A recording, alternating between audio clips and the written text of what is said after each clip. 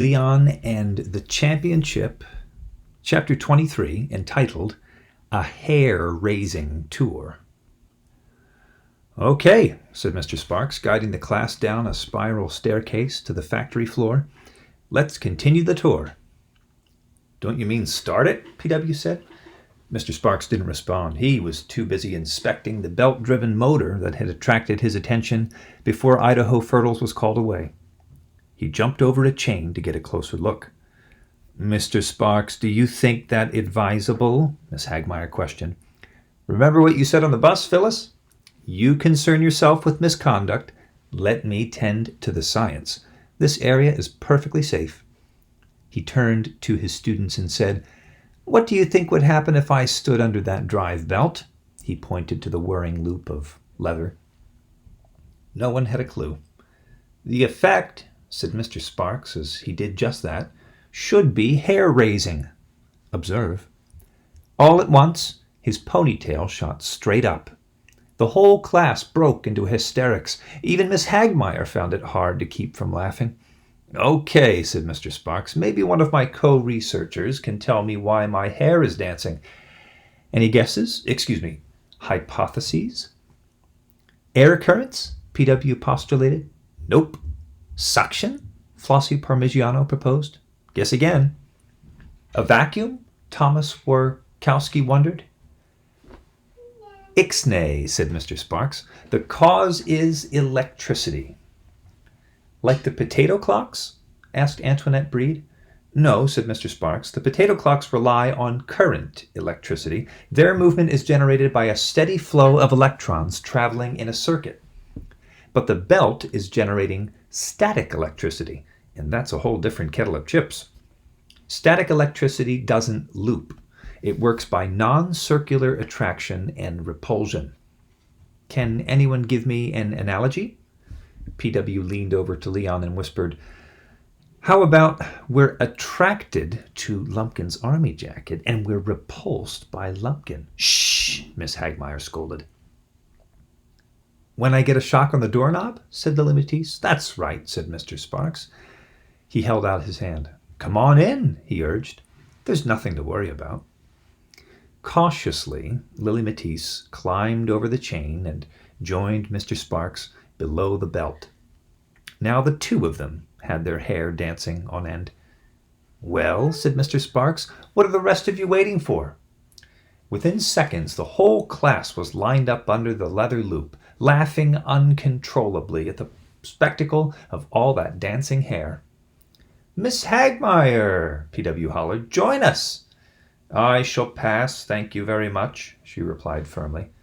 "Come on in," Thomas Warkowski said. "It's a blast." "Trust me, Phyllis," said Mr. Sparks, "you'll get a charge out of it." "Oh, why not?" Miss Hagmaier said at last, joining the others under the fast-moving drive belt.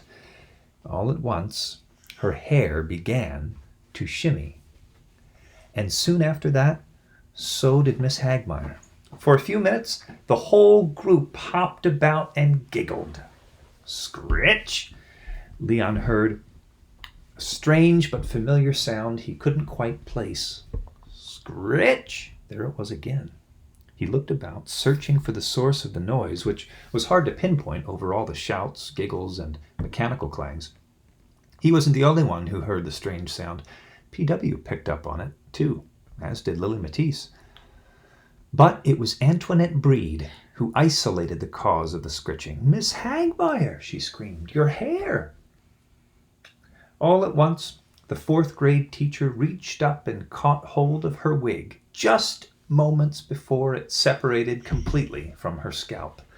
She patted the fake hair more or less in place and swiftly removed herself from the path of the belt. "Shoot," PW said, barely able to contain his disappointment. "Maybe we should move on," Mr. Sparks wisely suggested. He guided the group to a mechanical potato peeler.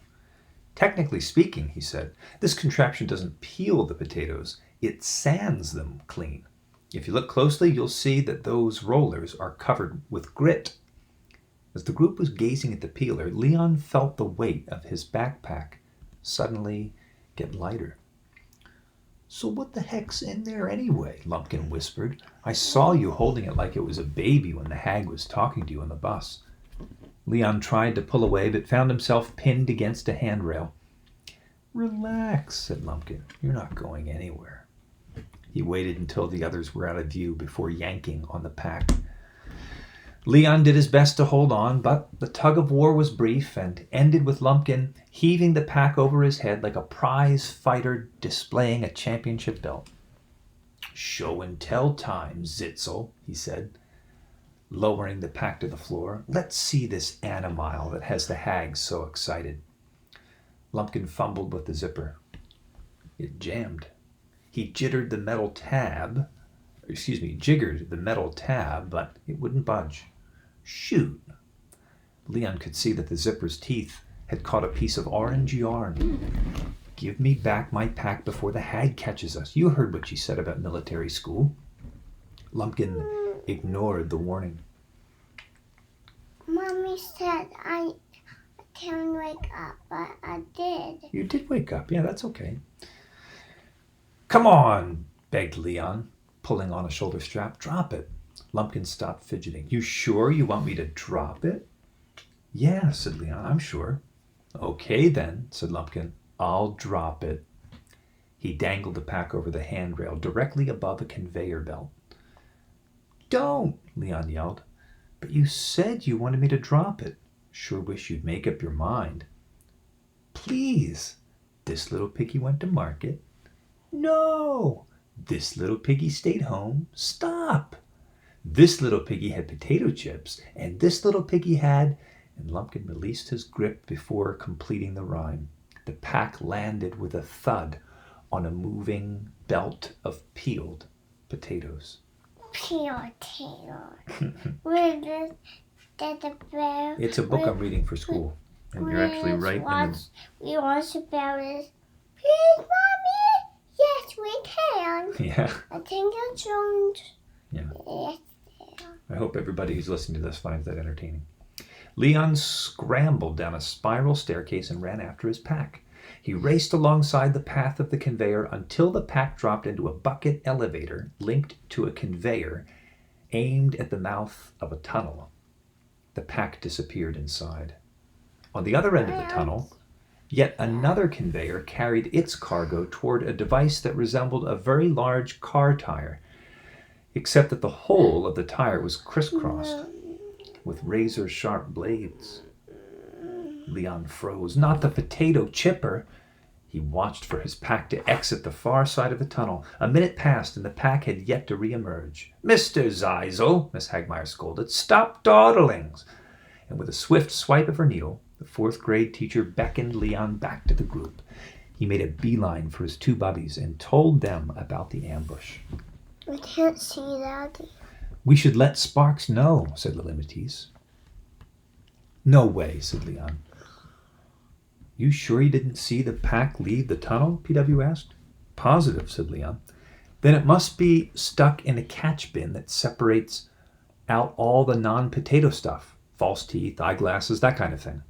Swell, Leon said miserably.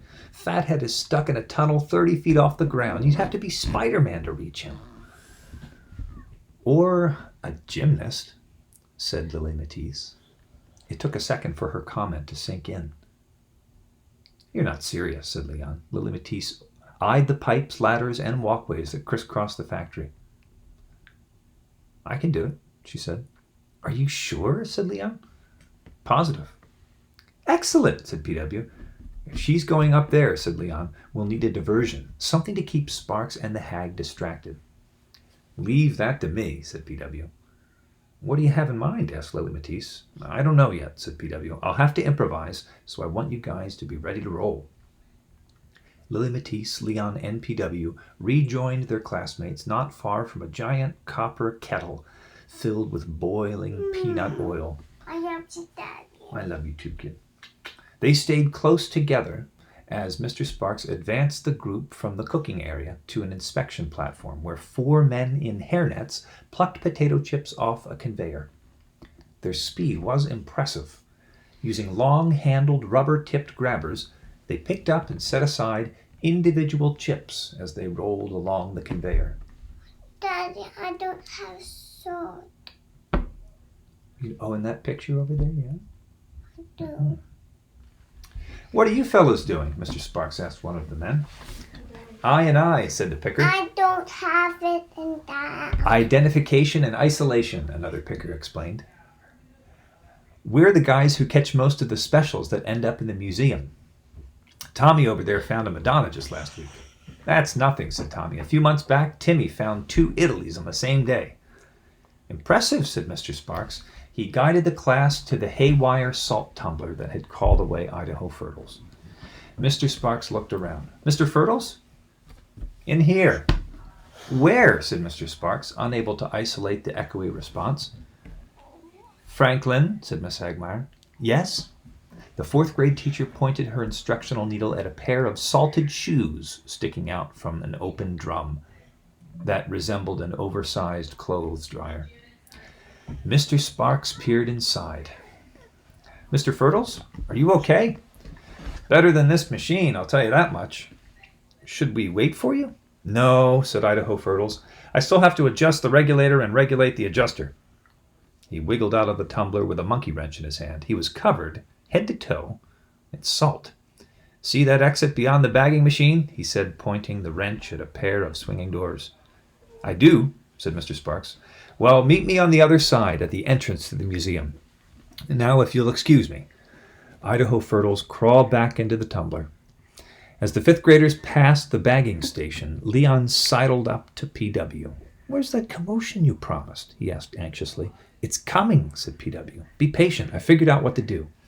The hag's watching us like a hawk, Lily Matisse warned.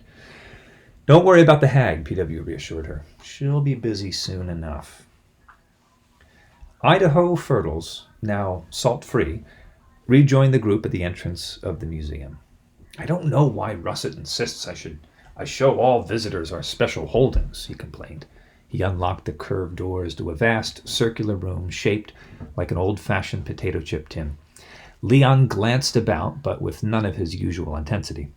The upcoming disruption made it impossible to give the museum the attention it deserved. Still, he did manage to take in a few of the highlights. I do that. I do that. Bethel, I'm trying to record this, sweetheart. A timeline marking milestones in the history of potato chips, from ancient potato harvests in Peru to the most recent advances in chipometrics. A collection of vintage potato chip tins, photographs of smiling movie stars clutching bags of Fertles, a pair of mint in-box 1932 shock absorbers designed to minimize chip breakage during transport, and everywhere else, cabinets.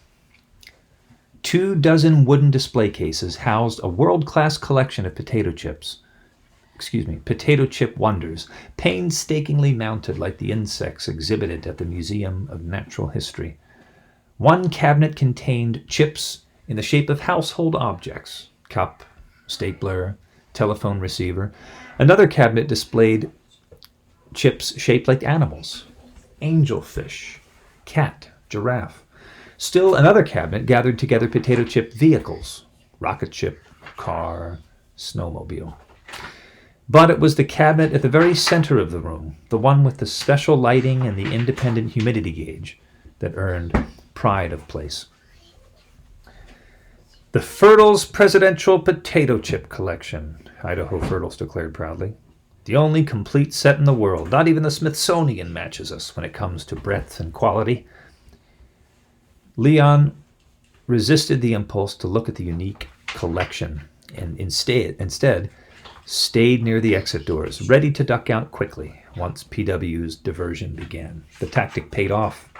10 minutes after Idaho Fertles opened the museum, Miss Hagmeyer unleashed a blood-curdling caw. "You mischievous, ill-mannered hooligan!" she shouted. "Get away from there!" Leon would have given anything to see what PW had cooked up, but he knew the rescue operation was more important. "Come on," he said, grabbing Lily Matisse by the arm. "It's now or never." The two of them dashed out of the museum and through the swinging doors onto the factory floor. They retraced their steps, zipping past the bagging machines, the salt tumbler, the kettle cooker, and the chipper. In no time flat, they were standing below the tunnel where the pack had disappeared. Lily Matisse surveyed the network of belts, ladders, and catwalks that crisscrossed the factory. Her nose wrinkled and her eyes narrowed as she considered how to proceed. "You're sure you want to go through with this?" Leon asked nervously. Lily Matisse answered the question by taking a running jump over a waist-high chain and landing on the conveyor belt leading directly into the tunnel. Leon's jaw dropped as he watched her ride the belt, hopping over 2 bars and ducking under a third before disappearing inside the tunnel opening. After a minute, Leon began to worry. What was taking so long? Another minute passed. Still no Lily Matisse. Leon climbed over a chain to put himself closer to the action. He squinched and clucked. "Come on, Lily Matisse, get out of there." He opened his eyes and felt a surge of relief when he saw that Lily Matisse's head had emerged on the far side of the tunnel. Slowly, methodically, she inched forward, hands and feet keeping to the edges of the machinery as an endless parade of potatoes rumbled beneath her. From where Leon stood, Lily Matisse appeared strange, deformed almost. "She looks like a hunchback," Leon said to himself. "Bethel, I'll get you some juice in just a second. Mariah, could you take her up to get the drink really quick? I'm actually in the middle of recording something." Yeah. I can drink juice.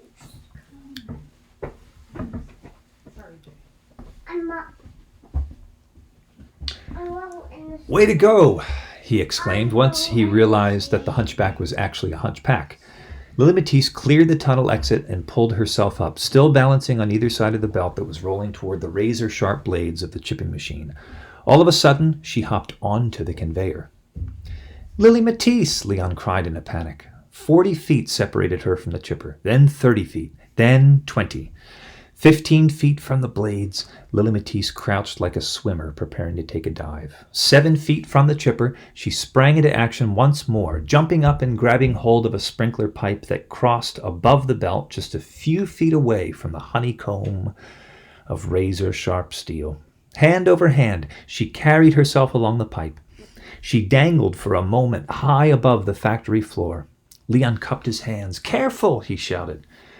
Lily Matisse was much too focused on her next move to respond to the useless warning. She swung back and forth like a clock pendulum until her feet rose above her head. And then she let go. Lily Matisse sailed through the air and landed on a catwalk with an oof. She scampered across the metal walkway, hopped over a chain, and reached out to a vertical length of pipe. Effortlessly, she wrapped her legs around the pipe and rode it like a firehouse pole down to a platform some 8 feet off the factory floor. She finished off the improvised routine with an aerial somersault that set her down a few feet away from Leon. She hit the ground slightly off balance, but corrected herself quickly. "Let's get out of here," she cried, out of breath but beaming. The two hightailed it back to the museum, hoping their absence would go unnoticed. They got lucky. Things were still in chaos when they rejoined their classmates. Leon located PW near the wall of antique chip cans. "Lily Matisse was amazing," he gushed. She could have taught Spider-Man a thing or two." He held his thumb and index finger an inch apart. "She came this close to being chipified." "Give me a break," said Lily Matisse, blushing. "My dismount was totally sloppy." "The important thing is you got fatheads," said PW. Leon nodded. "Safe and sound. The zipper on the pack is still jammed, but I can tell nothing got broken inside. What about Lumpkin?" "Not safe and not sound," said PW with a smile. "The hag dragged him back to the bus." "Excellent," said Leon. "How'd you do it?" "It was a snap," said PW. "I started complaining to him about how it was so unfair that we didn't get any samples." "I bet he agreed," said Lily Matisse. PW chuckled. "That's an understatement. Anyway, then I kind of dared him to take matters into his own hands." "You're kidding," said Leon. "Here in the museum?" PW nodded. But there's nothing to sample, said Lily Matisse. Oh, really? Said P.W. Come with me. He walked Leon and Lily Matisse to the spotlighted display cabinet. The glass top was now open. Lily Matisse cupped her mouth. Oh, my goodness. He jimmied the lock with a pocket knife, P.W. said matter-of-factly. You should have seen Fertles when he got a look at the damage. Who can blame him, said Leon. Lumpkin ate his way through all the founding fathers. Not all, Lily Matisse nitpicked. He skipped the Adamses. Look, said Leon, he ate Lincoln. And Kennedy, said P.W.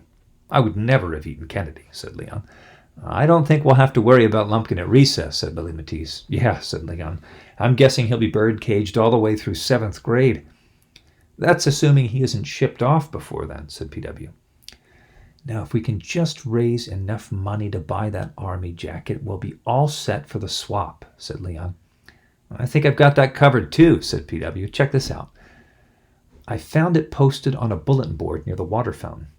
He unfolded a bright yellow flyer that said, The All-State Potato Chip Association, 16th Annual Chipapalooza Chip-Off.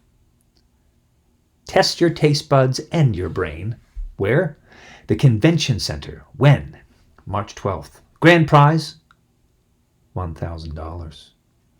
Leon, Lily Matisse blurted out. The Convention Center's right across the street from your hotel. Yeah, so, said Leon, though he knew perfectly well where all this was heading. So, said P.W., you are going to enter the chip-off, and what's more, you are going to win. And with that prize money, you are going to buy a certain vintage army jacket that's going to get us a certain missing ingredient needed to activate a certain fathead. That will control a certain bully. You're off your rocker, said Leon. How do you expect me to win against someone like Fertles? By practicing, said Lily Matisse. Exactly, said P.W. But no ifs, ands, or buts, P.W. said, doing a pretty good impression of Miss Hagmire. Training starts as soon as school lets out.